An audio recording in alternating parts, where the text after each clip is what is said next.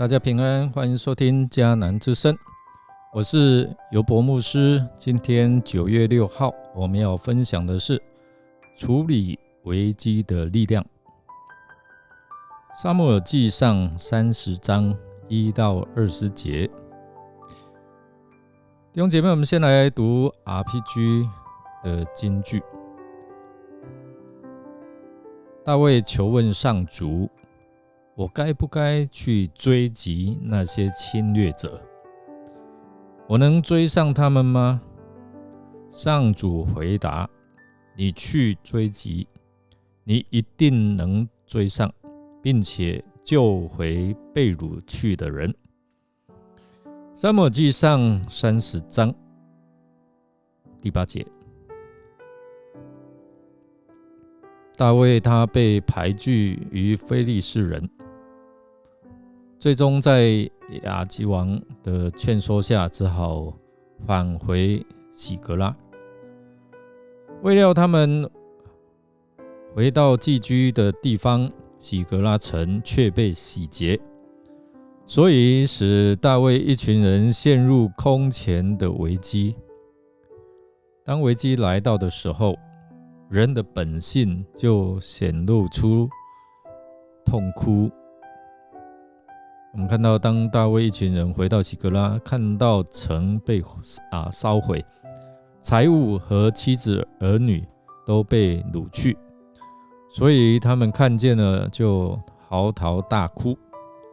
圣经也描述说，直到哭到没有力气。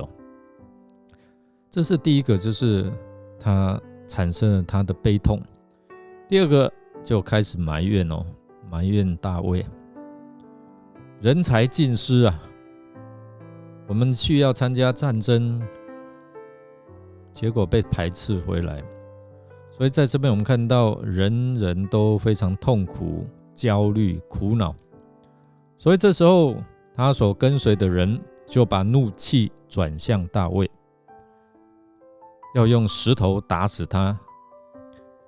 即使大卫和他们一样也是人才尽失。有时候人就是这样危险来到的时候就生怨言，失去理性，不讲情理，埋怨别人，埋怨领袖。在这个时候，我们看到大卫，他却是心理坚固，他镇定如常。大卫不愧是一位领袖，临危不乱，他有承担责任，勇敢面对危机的勇气。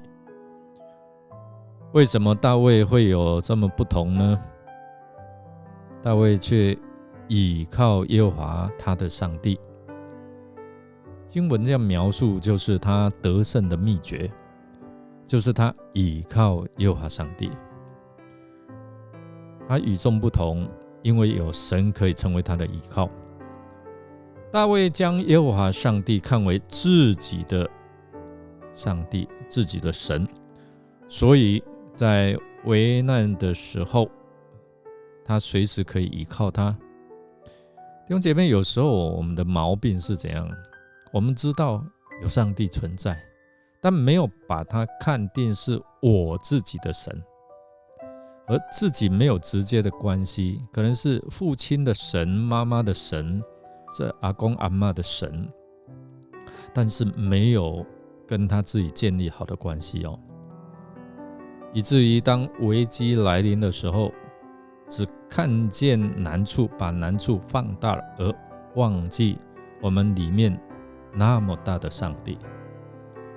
大卫靠着上帝，寻求上帝的指引，在第8节有提醒，那他就采取了正确的行动，他去做应该做，而不是就待在那边伤心发怨言，然后埋怨别人。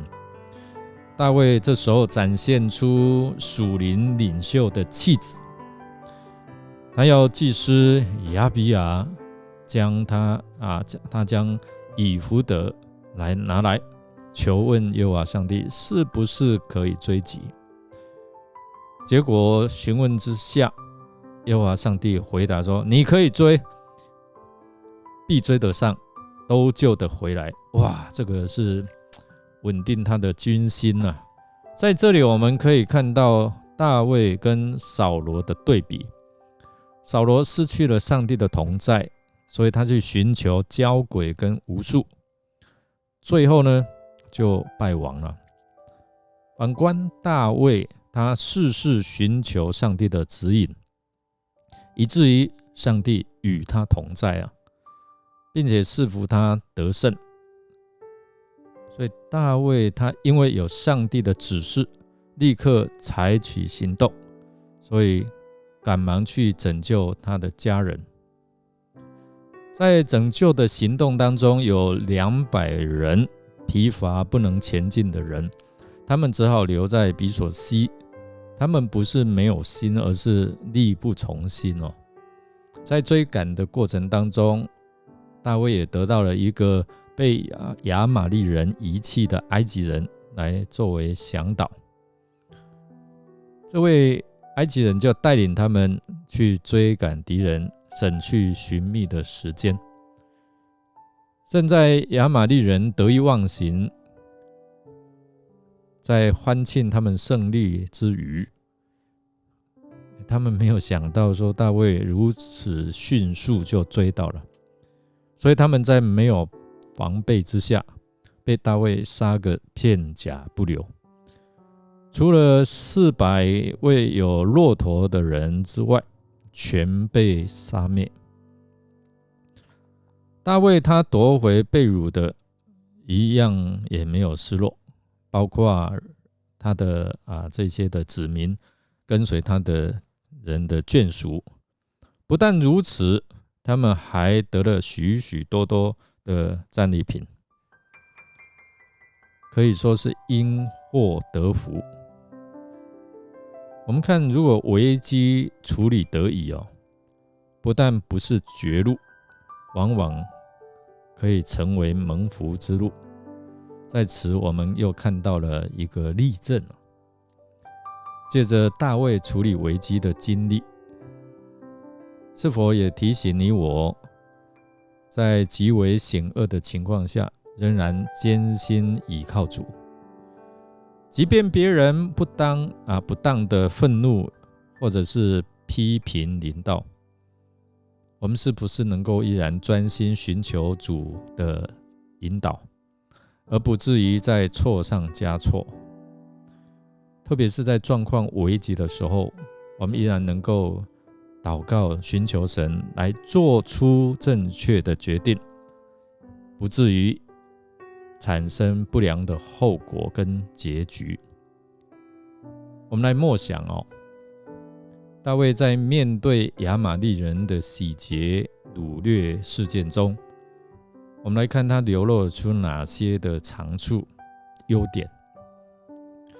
弟兄姐妹，我们可以参考撒母耳记上30章的6到8、11到12、15到17节等等这些的经节，我们来看看大卫有哪些值得我们学习的榜样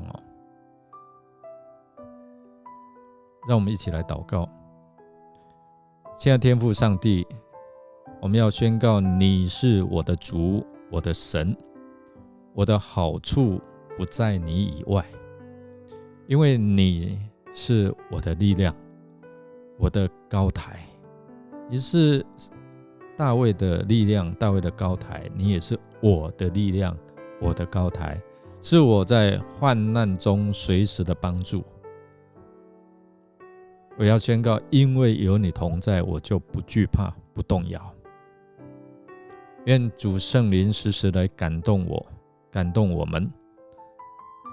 凡所行的事上，我们都求问主上帝，因为你必指引我们一条生命的道路。你所要赏赐给我们是永恒的生命。感谢赞美主，我们这样祷告感谢，是奉靠主耶稣基督的圣名求，阿们。感谢您的收听，如果您喜欢我们的节目，欢迎订阅并给我们鼓励与代祷。我是尤伯牧师，祝福您平安健康喜乐，凡事兴盛。我们下次再见哦。